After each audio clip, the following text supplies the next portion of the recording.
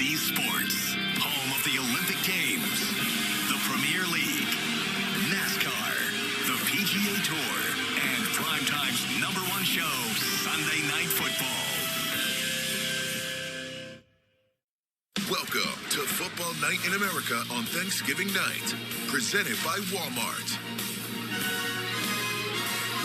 And we welcome you to Minnesota, where many a Thanksgiving dinner has been consumed around the Twin Cities. And the attention now turns to downtown Minneapolis and U.S. Bank Stadium. A sellout crowd of about 66,000 settling in for a tasty final course to this Thanksgiving 2022. Mac Jones, national champion at Alabama, trying to make the playoffs for a second NFL season with the Patriots, facing off with the veteran Kirk Cousins and the team tied for the second best record in the NFL, the 8-2 Minnesota Vikings, on a day and night we remember and celebrate the great John Madden. The NFL's inaugural John Madden Thanksgiving celebration continues. And good evening. Happy Thanksgiving. Mike Tirico, Hall of Famer Tony Dungy, Jason Garrett. We got the Football Night in America guys out here on the road to celebrate Thanksgiving. And we have spent many a Thanksgiving with you guys, especially you, Jason. You've been on my TV on so many Thanksgivings. Nice to be on TV with you this time around. Thanks, Mike. It's great to be here. You know, I counted them up. I've had the opportunity to play or coach on Thanksgiving Day 22 times in my career. So grateful for all those memories. Football and Thanksgiving go together. So much fun to be here with you guys tonight. Really grateful. It really does. I grew up in Michigan, so it was Lions football, then Thanksgiving dinner. And so for me,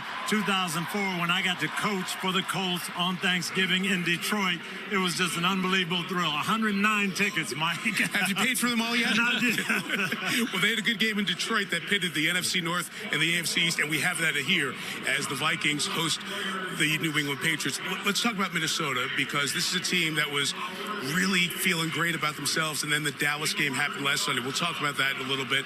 But one thing, Jason, at their rise to the top of the division, we've seen the emergence of a superstar in Justin Jefferson. Yeah, Mike, Justin Jefferson is arguably the best receiver in all of football. This guy has it all. He's got all the physical ability that you want, but it's much more than that. He's a fierce competitor. He plays with an amazing spirit. His hands and his playmaking ability are rare. Just ask the Buffalo Bills. And it's going to be fun for all of us to see what Coach Belichick has cooked up to try to slow him down tonight. Well, speaking of Coach Belichick, it is not a world-beating offense, but it is a stifling defense. They've won 5 of the last 6. Really impressive in the last 2. And they have the NFL sack leader right now in Matthew Judon. They do, and Matthew reminds me of those old-time linebackers from the Patriots, Willie McGinnis and Vrabel. He's big, he's strong, he's physical, and he's relentless, and he's got a lot of good players with him. They are a great defensive football team. Bill Belichick effusive about Judon when we visited with him last night. Bill Belichick, a future Hall of Famer, coaching his 444th NFL game tonight. But today and tonight's really about a coaching Hall of Famer. And for more on that, a good evening and happy Thanksgiving to Melissa Stark.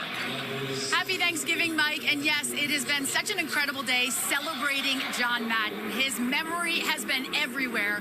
He is here on the field, on the logos, John Madden Thanksgiving logos. He's on the helmets of the players, and at every game today, a $10,000 donation will be made in the name of the John Madden Player of the Game, which will go to a youth football or high school program of their choice. And we love talking about John and the impact that he has had on the game. I met him 20 years ago when I was the sideline reporter for Monday Night Football, and there weren't many women covering the game at that time, and he welcomed me with open arms. We rode around in the Madden Cruiser, we watched film together, and we just had a ton of laughs. And he even coached me.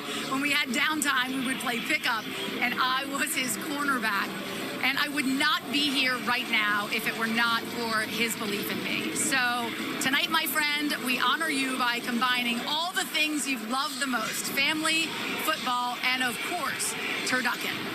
Making it extra meaningful when you hand out the legs to the MVPs at the end of the night, Melissa. When we come back, highlights of the early games. What a game in Detroit. Went down to the end, and the Cowboys are looking pretty good. Highlights of the early games as we continue.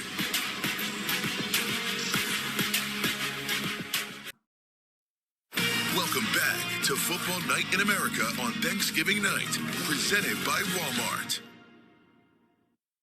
And if you give him a lane in there. John Madden was a great personality, multi-talented, a great football coach. and I might add, of good friends to many of our people in our business.